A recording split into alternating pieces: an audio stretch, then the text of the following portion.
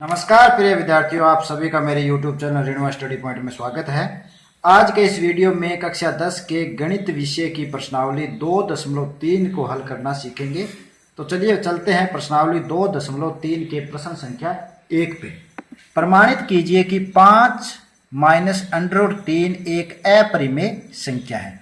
तो ऐसे प्रश्नों को हल कैसे करते हैं कि जो प्रश्न में दिया है उसका विपरीत अपने को मानना है। माना यहां पे अपने क्या मान लेंगे, 5 माइनस √3 एक परिमेय संख्या है, ये मानना है कि माना 5 माइनस √3 एक परिमेय संख्या है। परिमेय संख्या है। तो देखिए परिमेय संख्या का बात आई है तो एक बार थोड़ी परिमेय संख्या के बारे में बता देते हैं आपको कि जो परिमेय संख्या है वो हमेशा P/Q के रूप में लिखी जाती है और जहां पे P/Q दोनों ही क्या होते हैं, पूर्णांक होते हैं और Q का मान शून्य नहीं होता। एक बात और है कि यहाँ जो परिमेय संख्या अपने मानेंगे वो सह अभाज्य संख्या ही मानेंगे। सह अभाज्य संख्या क्या होती है, यहाँ जो कार्य कर रहा हूँ वो रफ कार्य के रूप में आपको समझाने के लिए। सह अभाज्य संख्याएं क्या होती है कि ऐसी संख्याएं जिनमें सिर्फ एक का ही भाग जाए, उन संख्याओं का जो जोड़े हैं उनको क्या बोलते हैं, सह अभाज्य संख्याएं कहते हैं। जैसे एक छोटा सा उदाहरण देखते हैं, 12/15 ये कोई परिमेय संख्या है, इसको अपने सह अभाज्य संख्याएं नहीं कह सकते। सह अभाज्य संख्या का अर्थ होती है जो एक से ही विभाजित हो। तो यहाँ इसको सरल कर लेते हैं। 3 से दोनों विभाजित होती है तो 3 चौके 12 और इधर 3 5 15। तो यहाँ जो 4 और 5 है ये सह अभाज्य संख्याएं कहलाती है कि 4 और 5 सिर्फ एक से ही विभाजित होती है, बाकी किसी से नहीं।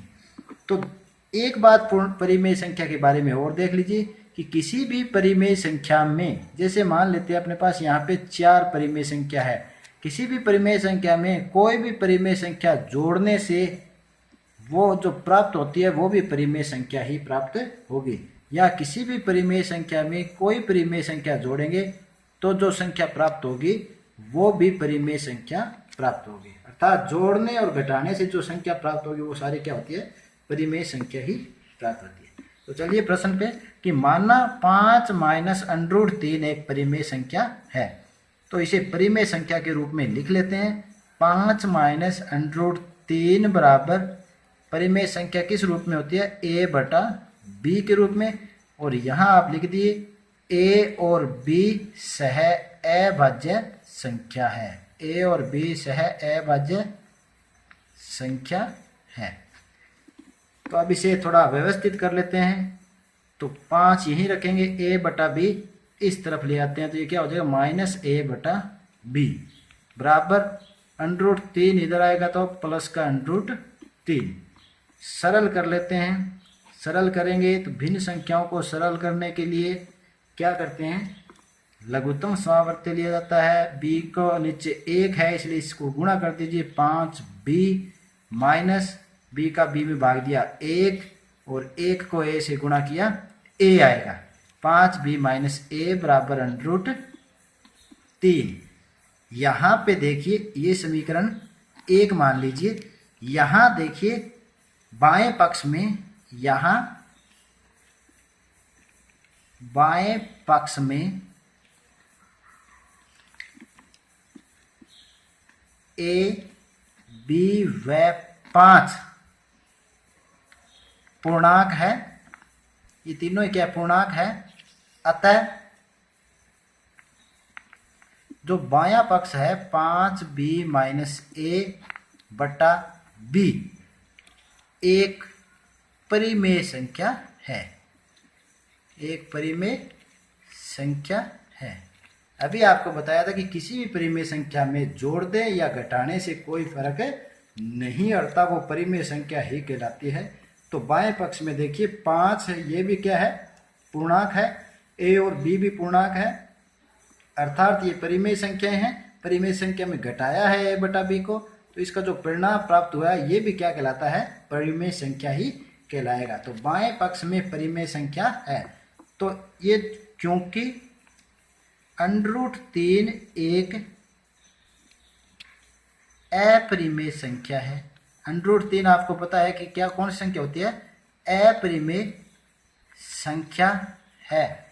परंतु समीकरण 1 से, अब देखिए समीकरण 1 पे आ जाइए। यहाँ जो बायां पक्ष है वो परिमेय संख्या है और ये √3 अपने जानते हैं कि अपरिमेय संख्या है। तो आप देखिए कि परिमेय संख्या और अपरिमेय संख्या बराबर नहीं हो सकती। अतः क्या है? ये विरोधाभास है। अर्थात हमारी कल्पना जो माननी थी अपने की 5 - √3 एक परिमेय संख्या है, ये कल्पना गलत है। ये इसको भाषा के रूप में आपको लिखना है। परंतु समीकरण 1 से विरोधाभास स्थिति प्राप्त होती है। विरोधाभास कैसे प्राप्त होती है? कि बाएं पक्ष और दायां पक्ष बराबर नहीं है। अतः हमारी कल्पना गलत है। अर्थात आपने जो मानना था कि ये परिमेय संख्या है वो गलत है। इसलिए 5 - √3 एक अपरिमेय संख्या है। ये सिद्ध हो गया कि जब ये परिमेय संख्या नहीं है, इसका मतलब क्या है कि 5 - √3 क्या है? ये अपरिमेय संख्या है। इति सिद्धम। तो ये प्रश्न इस तरह से आपको हल करना है। चलिए नेक्स्ट क्वेश्चन पे। सिद्ध कीजिए कि 1/2 एक अपरिमेय संख्या है। तो इसे हल करने के लिए माना 1/2 एक परिमेय संख्या है। अभी आपको बताया कि ऐसे प्रश्नों को हल करने के लिए जो प्रश्न में दिया है उसका विपरीत अपने को मानना है, या इसको अपने परिमेय संख्या के रूप में लिखेंगे। तो 1/√2 को a/b के रूप में लिख सकते हैं। यहाँ पर a और b दोनों ही क्या है? पूर्णांक होते हैं, क्योंकि परिमेय संख्या में दोनों क्या कहलाते हैं? ये पूर्णांक है। और जो b है उसका मान 0 नहीं है। तो अब देखिए इन प्रश्नों को हल करने की अलग टेक्निक है। इसमें क्या है कि जो 1/√2 है बाएं पक्ष में, इसको अपने दोनों पक्षों में ऊपर और नीचे अंश और हर दोनों को √2 से गुणा करते हैं। 1/2 गुणा √2/√2। एक ही संख्या से अंश और हर से गुणा करने से पूरी संख्या के मान पे कोई अंतर नहीं आता, सिर्फ रूप परिवर्तित होता है। तो यहाँ देखिए इसको हल करते हैं। या √2 को 1 से गुणा करेंगे √2 और गुणा √2, तो ये क्या हो गया? √4। उसका हल क्या होता है? 2। समझे? √2 गुणा √2 क्या हो जाएगा? √4। और √4 का जो मूल है वो क्या होता है? 2। 4 का वर्गमूल 2 बराबर a/b। या अपने इसको थोड़ा इस तरह से लिख सकते हैं। √2 यहाँ रख लेते हैं बराबर a/b है। अब ये जो 2 भाग में है इस पक्ष में जाएगा तो 2 क्या हो जाएगा? गुणा में। या √2 बराबर क्या हो जाएगा? 2a/b। ये जो समीकरण 1 मान लेते हैं, ये क्या होगी? समीकरण 1। अब आप देखिए समीकरण 1 का जो LHS है √2, वो क्या है? एक अपरिमेय संख्या है। परंतु जो RHS है दायां पक्ष है वो एक भिन्न संख्या है। तो यहाँ पर एक अपरिमेय संख्या और भिन्न संख्या के आपस में क्या है? बराबर नहीं हो सकती। अतः हमारी कल्पना गलत है, तो यहां से ये सिद्ध हो जाता है कि 1/√2 एक अपरिमेय संख्या है। तो यही लिख देते हैं। समीकरण 1 से देखिए √2, ये √2 किस पक्ष में है? बायां पक्ष। √2 एक अपरिमेय संख्या है, ये पहले से सिद्ध किए हुए है कि √2 हमेशा क्या होती है? अपरिमेय संख्या होती है। बाएं पक्ष में √2 एक अपरिमेय संख्या है, जबकि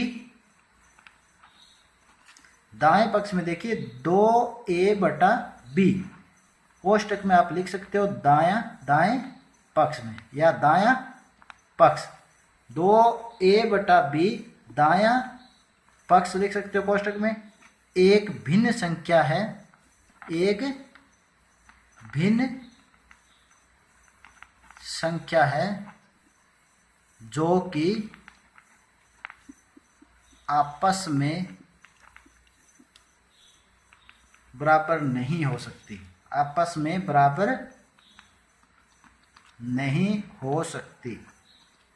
समीकरण 1 के अनुसार परिमेय अपरिमेय संख्या और भिन्न संख्या आपस में बराबर नहीं हो सकती, अर्थात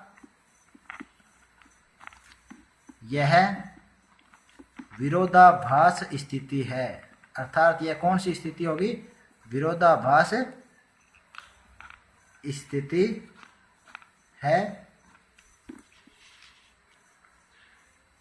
इसलिए हमारी कल्पना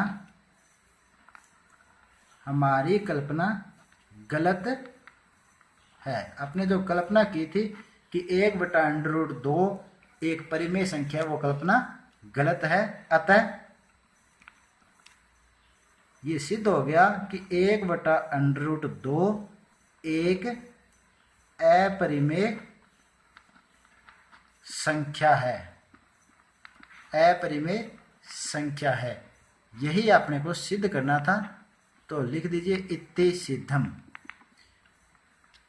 तो इस तरह से प्रश्न आपको हल करना है। अब 1/√2 की तरह 1/√3 वाले प्रश्न भी आप इसी तरह से हल कर सकते हो। तो उम्मीद करता हूं कि इस वीडियो में जो प्रश्न आपको समझाए हैं वो अच्छी तरह समझ आए होंगे। तो आज के लिए इतना ही, मिलते हैं नेक्स्ट वीडियो में नए टॉपिक के साथ। तब तक के लिए धन्यवाद।